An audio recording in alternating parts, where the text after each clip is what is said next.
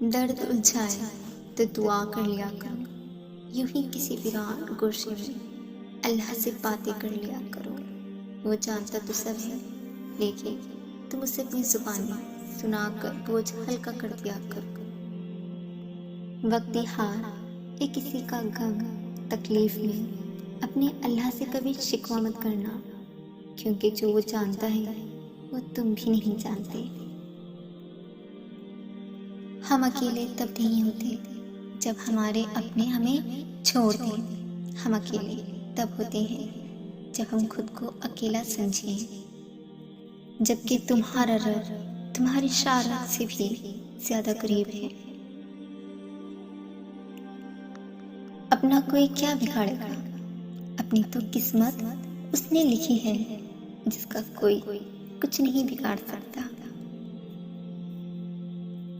حضرت علی رضی اللہ تعالیٰ عنہ نے فرمایا، مصیبت کے وقت گھبرا جانا مصیبت سے بڑی مصیبت ہے۔ اللہ تعالیٰ کا ارشاد پاک ہے، اور جب قرآن پڑھا جائے تو اسے کان لگا کر سنو اور چپ رہو تاکہ تم پر رحم کیا جائے۔ کسی دوسرے کے لیے سوگ ڈھونڈنے والے کی ذات پر سوگ آسمان سے برستے ہیں۔ جو تکلیف اللہ تعالیٰ کی یاد دلائے وہ اللہ تعالیٰ کی سب سے بڑی نعمت ہے۔ جب لوگ تمہیں تکلیف میں اکیلا چھوڑ دیں تو جان لو کہ اللہ تمہارے کام کا ذمہ خود لینا چاہتا ہے۔ جس کے کام رب سنوارتا ہے اس کے کام بندے کیسے بگاڑ سکتے ہیں۔ وقت گزرتا ہے اور گزرتا چلا جاتا ہے۔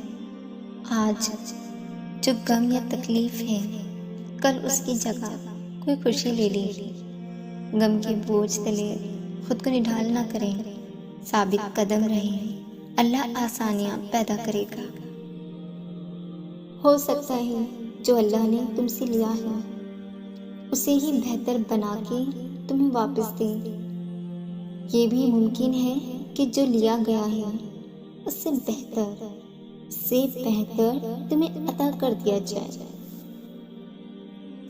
توکل وہ راستہ ہے جس کے ذریعے آگ ٹھنڈی کر دی جاتی ہے، جو ایڑیوں سے زمزم نکلوا دیتا ہے، جو دریا میں راستہ بنوا دیتا ہے، جو یوسف علیہ السلام کو یعقوب علیہ السلام سے ملوا دیتا ہے، جو شدید طوفان میں کشتی نوح علیہ السلام پار لگا دیتا ہے۔ تو پھر کیا تم اپنے اللہ پر توکل نہیں کرو گے جو ناممکن کو ممکن کرنے کی قدرت رکھتا ہے؟ کچھ آزمائشیں اور مشکلات ایسی بھی ہوتی ہیں جن کے ختم ہونے پر انسان کو احساس ہوتا ہے کہ وہ زحمت نہیں رحمت تھی۔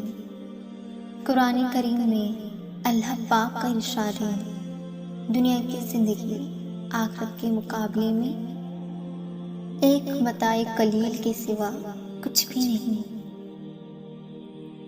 جانتے ہو تمہیں مشکل میں ڈالنے سے پہلے وہ تمہیں مشکل سے نکالنے کا وسیلہ بناتا ہے۔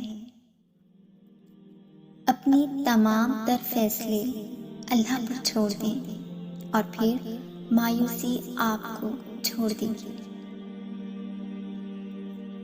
ٹوٹے ہوئے دل تو بہت انمول ہوتے ہیں کیونکہ ان دلوں میں اللہ بستا ہے، اور جس دل میں اللہ بس جائے وہ دل نایاب ہو جایا کرتے ہیں۔ کچھ لوگ ہماری زندگی سے اس لیے نکل جاتے ہیں کیونکہ ہم آیت الکرسی پڑھتے رہتے ہیں۔ آنکھوں میں آنسو نہ ہو تو دل میں کوس قضا نظر نہیں آ سکتی۔ جس کو وہ اپنی جانب لانے کا ارادہ کر لیتا ہے اس کو پھر اس کی نصیب کی ڈور میں الجھا دیتا ہے۔ جس کو اس نے اپنے قریب لانا ہو اسے دنیا کی اصلیت دکھا کر باقیوں سے فاصلہ بڑھا دیتا ہے۔ کبھی کبھی تقدیر ہمیں مٹی کے پیالے میں امرت پیش کرتی ہے، مگر ہم مٹی کے پیالے کو حقارت سے دیکھتے ہوئے ٹھکرا دیتے ہیں۔ رب کے فیصلوں میں ہمیشہ ہمارے لیے ہماری خواہشوں سے بڑھ کے بہتری ہوتی ہے، اور تقدیر اللہ کے ایک اشارے پر بدل جایا کرتی ہے۔ تم یقین تو رکھو، وہ بہتر لے کر بہترین دے گا۔